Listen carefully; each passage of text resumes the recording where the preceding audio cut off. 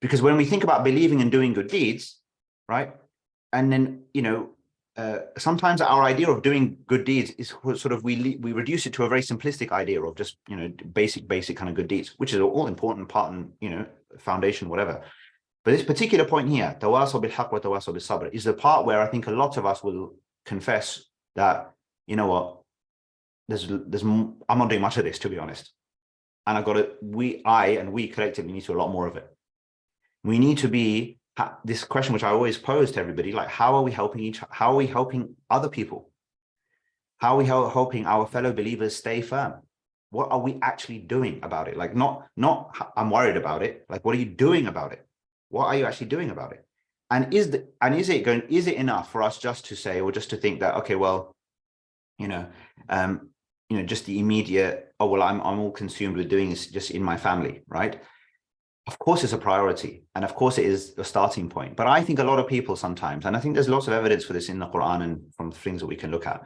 I think sometimes we kind of, either we're underestimating ourselves, or we kind of, like, it's just quietly convenient for us to say, yeah, I'm just working in my household and I'm just helping in my household and that's what I can manage.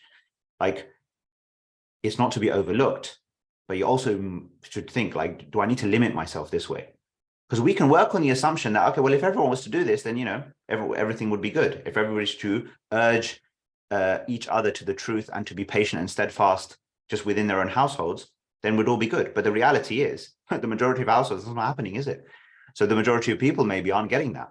So if they're not getting that, and we as believers only limit ourselves to ourselves, or within our immediate constraints, well, then we will still be exposed to the loss-enhancing behaviors, right, and characteristics of the rest of society.